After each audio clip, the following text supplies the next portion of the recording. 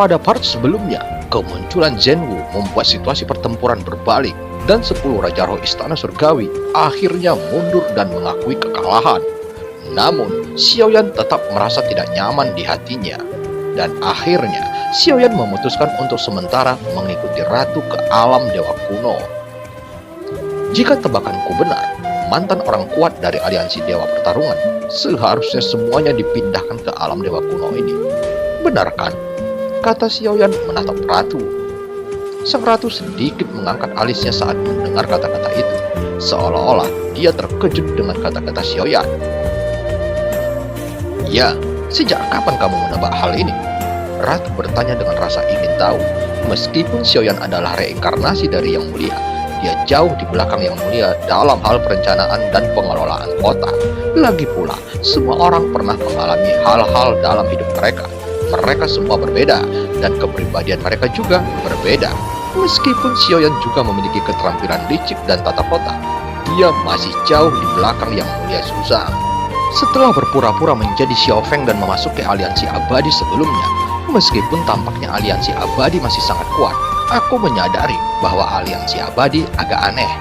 Kemudian, aku mendengar bahwa aliansi abadi bertanggung jawab atas ketertiban dunia sensi, yang berarti bahwa mereka sebenarnya memiliki kendali tertentu. Setidaknya mereka tidak takut. Kupikir aliansi Dewa Pertarungan telah lama dibubarkan oleh Ratu. Tapi yang benar-benar menegaskan sudut pandangku adalah bahwa aku kemudian bertemu dengan saudara laki-laki Lei Bai dan Wu Tianyu. Keduanya adalah Dewa Petarung Bintang 9. Xiaoyan berkata perlahan, dan saat kata-kata itu diucapkan, senyum di wajah Ratu menjadi semakin cerah. Jadi aku punya pertanyaan. Jika tebakanku benar, berapa banyak dewa ranah keabadian yang dimiliki oleh alam dewa kuno? Xiaoyan bertanya dan menatap Ratu dengan serius. Memang seperti yang kamu katakan, tetapi aliansi abadi tidak serapuh yang kamu katakan.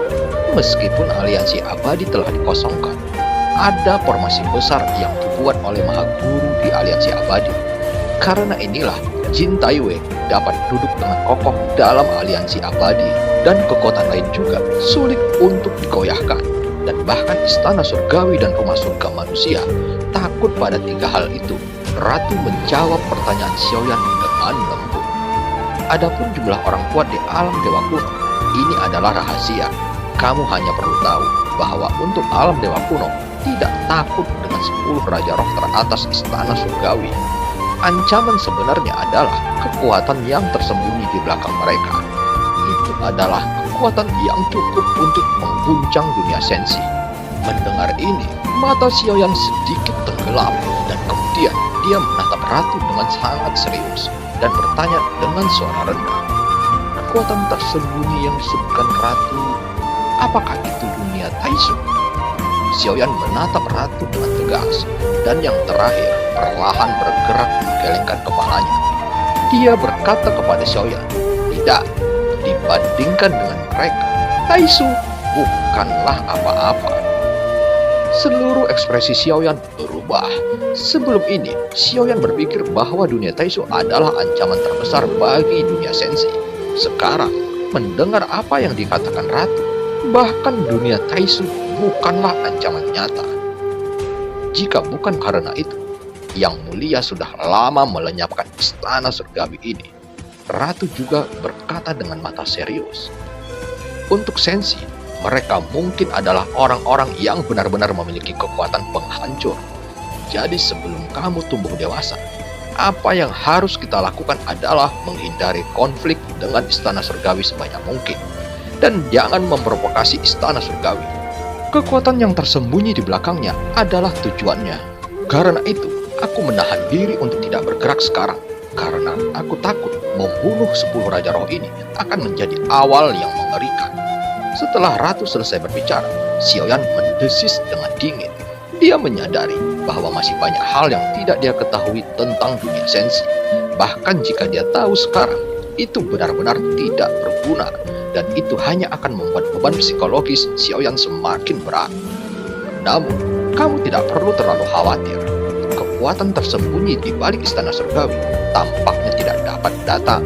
itu hanya dapat memberikan bantuan sumber daya ke istana surgawi. Saat ini, istana surgawi tidak menimbulkan ancaman yang mutlak. Yang mulia ratu, bolehkah aku menanyakan sesuatu lagi? Xiaoyan menatap ratu dengan serius. Tentu saja boleh, tetapi kamu juga harus membalasnya. Sang ratu tersenyum. Xiaoyan memiliki garis-garis hitam di seluruh kepalanya. Katakan padaku, apa yang ingin kamu tanyakan? Sementara aku pergi, bisakah yang mulia ratu membantuku melindungi mereka? Xiaoyan mengatupkan kedua tangannya. Hanya ada satu cara untuk meninggalkan Sensi, melalui pohon dunia di dalam pagoda emas. Dan pohon dunia hanya bisa membiarkan Xiaoyan pergi sendirian. Dan Xiaoyan hanya bisa mengandalkan dirinya sendiri. Masalah ini tidak mudah untuk ditangani, kata sang ratu.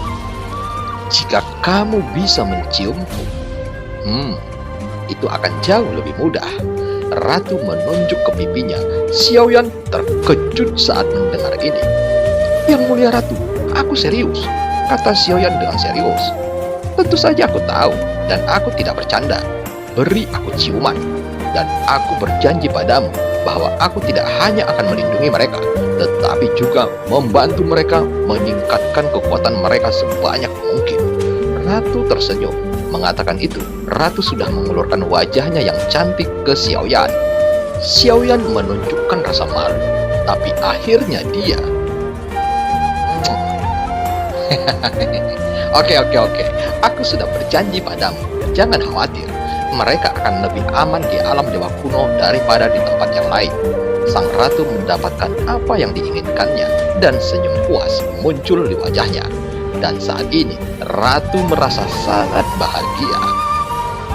Xiaoyan memandangi wanita di depannya, dan berkata pada dirinya sendiri, wanita yang telah lama kesepian selama ribuan tahun ini, benar-benar seperti serigala dan harimau.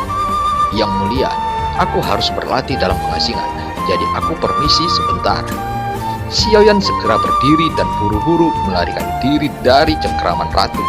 Melihat sosok Xiaoyan yang sedikit malu, sang ratu tersenyum dengan penuh kemenangan. Ini adalah kehidupanmu yang ke-9. Mungkinkah di dalam dirinya aku dapat menemukan dirimu yang dulu? Kamu telah membuatku jatuh cinta selama ribuan tahun. Jadi aku juga akan berada dalam hidup ini untuk membuatmu jatuh cinta lagi padaku. Ratu bergumam dan memperhatikan Xiaoyan memasuki geladak. Sudut mulutnya sedikit melengkung.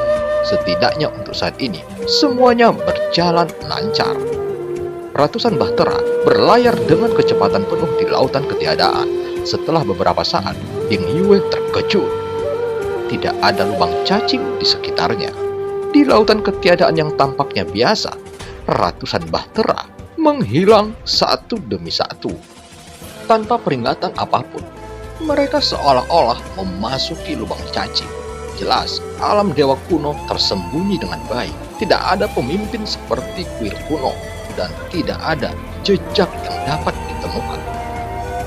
Xiaoyan yang memasuki ruang Red tidak segera memasuki pagoda emas, tetapi duduk bersila di tempat tidur dan menghembuskan nafasnya, menenangkan kegelisahan di hatinya. Xiaoyan juga harus mengakui bahwa seorang wanita yang telah lama kesepian seperti anggur yang kuat sangat sulit untuk melepaskan diri darinya. Begitu Xiaoyan menutup matanya, yang bisa dia pikirkan hanyalah bayangan mencium ratu. Tidak mungkin, melakukan itu sama saja tidak setia. Xiaoyan menggelengkan kepalanya dengan panik, berusaha menyingkirkan bayangan itu di benaknya, tapi dia tahu itu sia-sia. Setelah memikirkannya, Xiaoyan tersenyum kecut. Tidak apa-apa jika aku tidak bersumpah. Setelah tenang sejenak, Xiaoyan menghela napas panjang, memasuki pagoda emas, dan tiba di pohon dunia di lantai 10 tanpa ragu-ragu.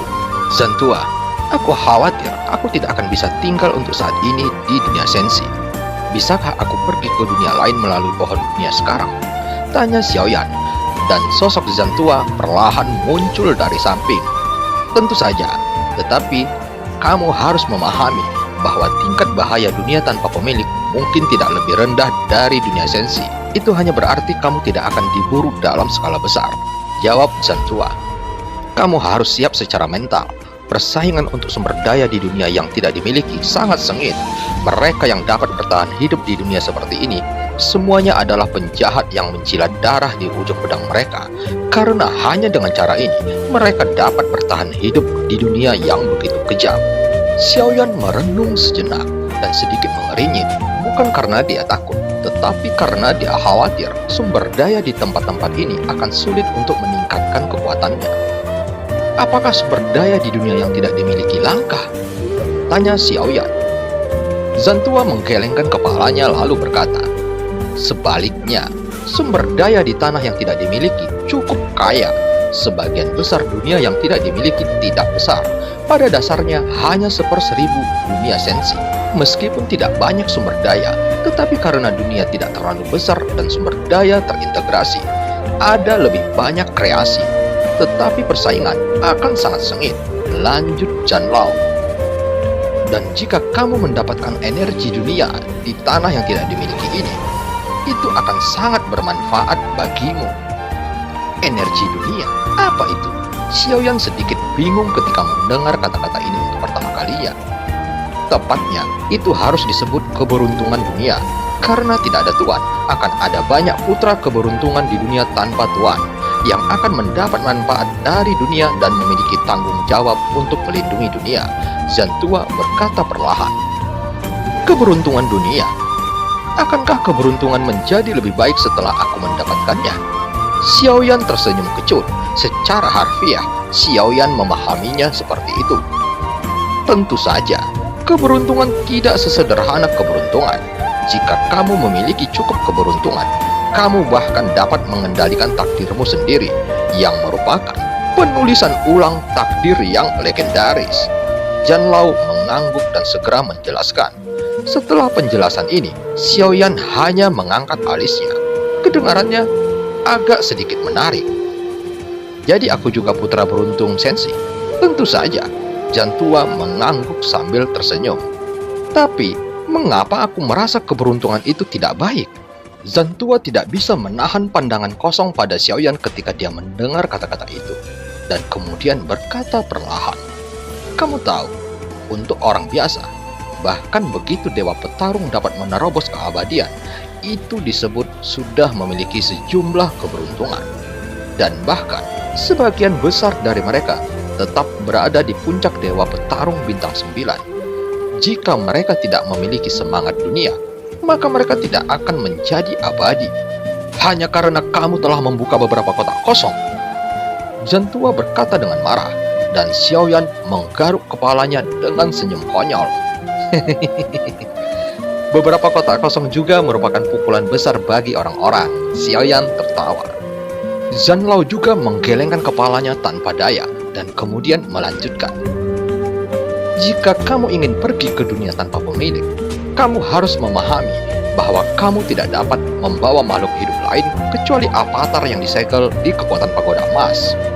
Sebelum Janlao mengatakan hal terakhir, Xiaoyan sudah mengharapkannya.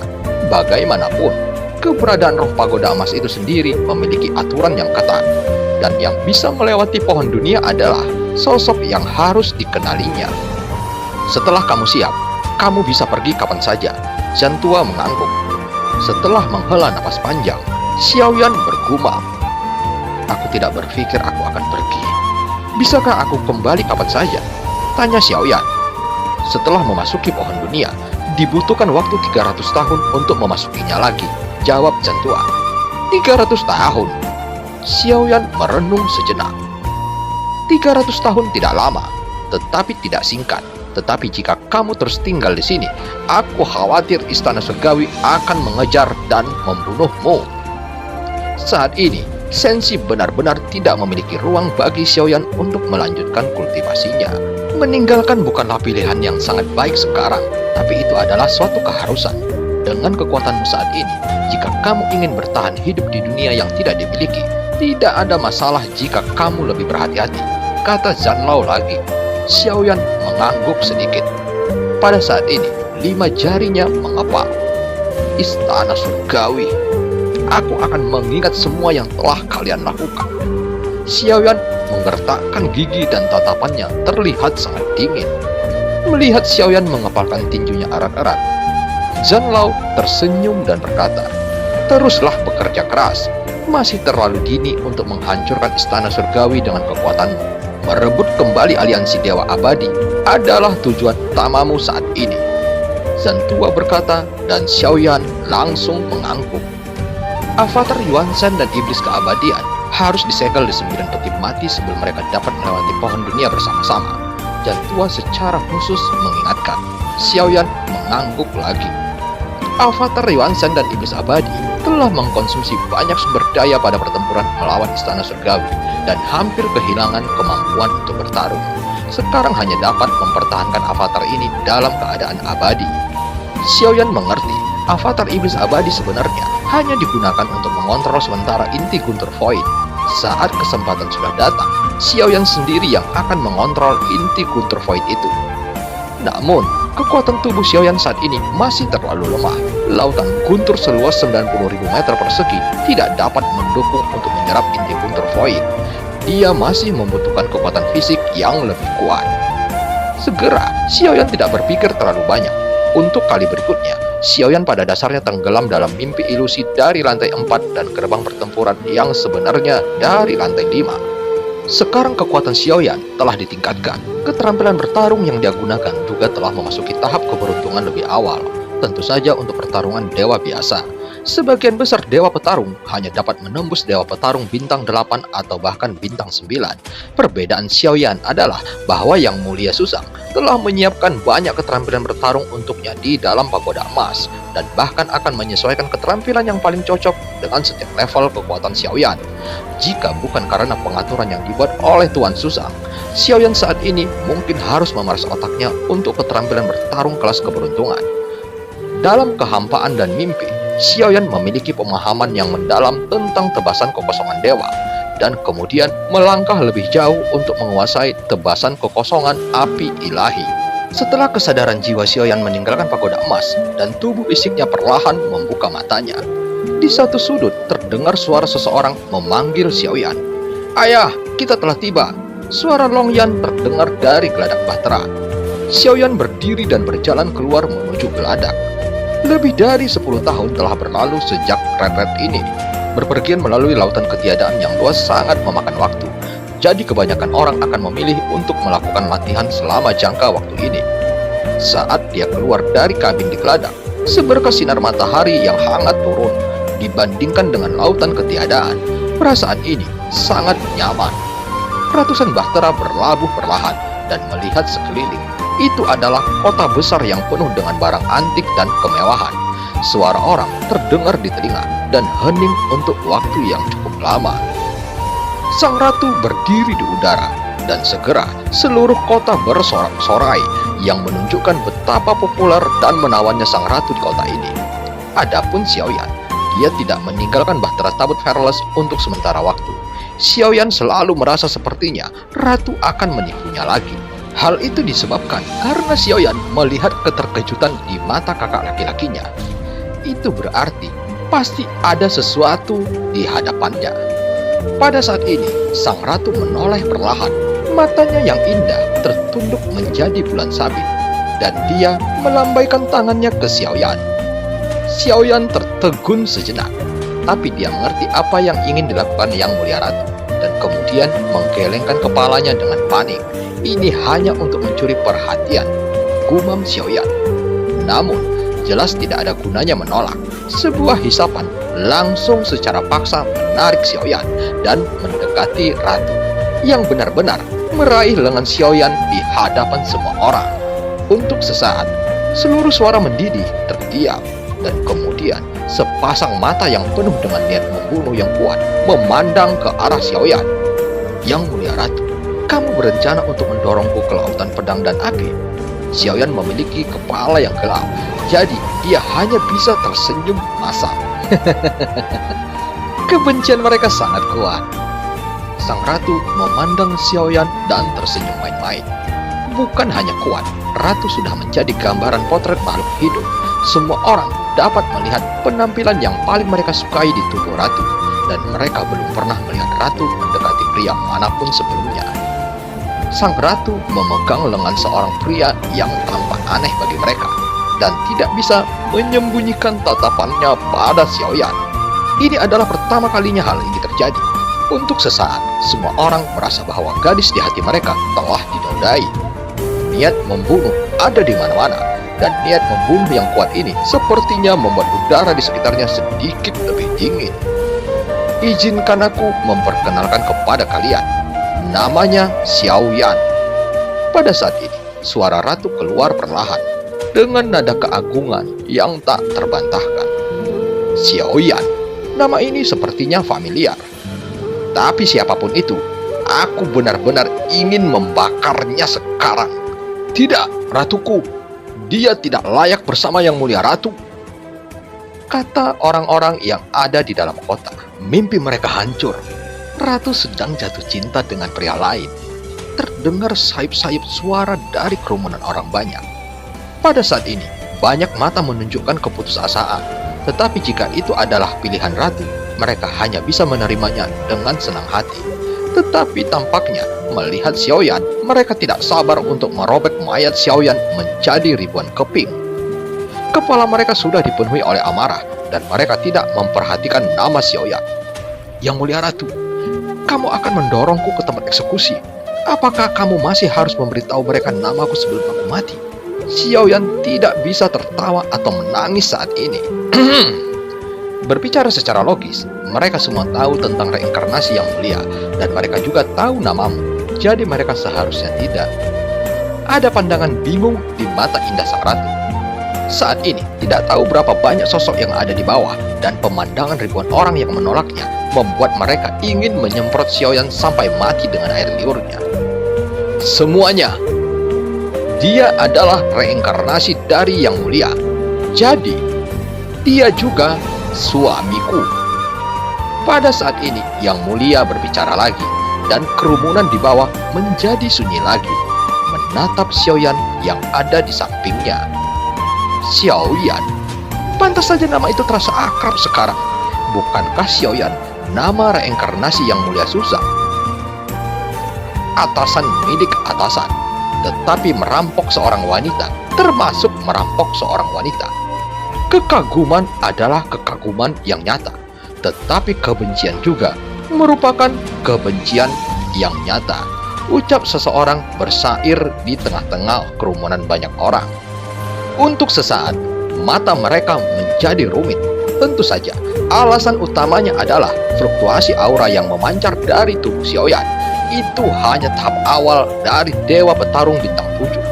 Permisi yang mulia ratu, apakah ada celah lantai? Tanya Xiaoyan. Ratu tertegun sejenak dan tiba-tiba mengerti. Dia menutup mulutnya dan tersenyum. Semua orang belum mengenalmu. Ayo pergi. Mereka perlahan akan menerimamu. Ratu menarik Xiaoyan dan terbang ke ujung. Di langit di atas kota yang megah ini, ada istana yang megah mengambang. Dan istana ini tidak asing bagi Xiaoyan saat melihatnya, karena itu adalah kuil kuno. Di bawah tatapan banyak mata pembunuh, Xiaoyan dan kelompoknya perlahan pergi.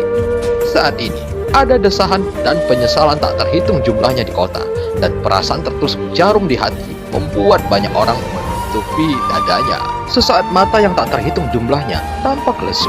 Tampaknya telah mengambil energi mereka dalam sekejap. Ini adalah daya pikat yang sebenarnya.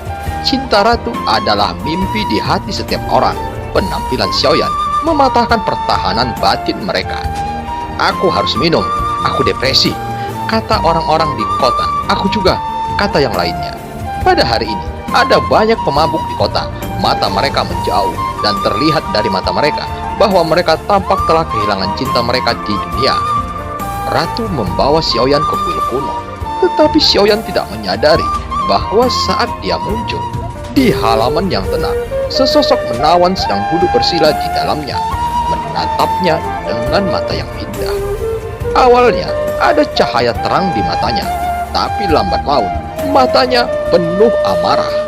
Oke, Xiaoyan, kamu berjanji padaku bahwa kamu tidak akan pernah menikahi seorang istri lagi. Apakah kamu berencana untuk mengambil semua wanita di dunia ini sebagai selir?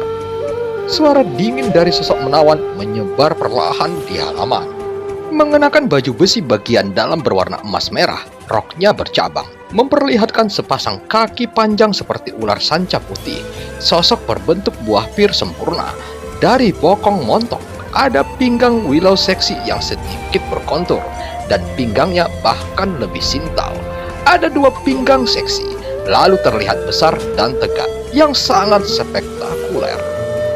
Meskipun ada sedikit kemarahan di mata yang sedikit tertahan saat ini, masih ada sedikit kecemerlangan yang beredar di dalamnya. Dan film pun berakhir. Sampai 就算他还活着，你们之间也绝不可能。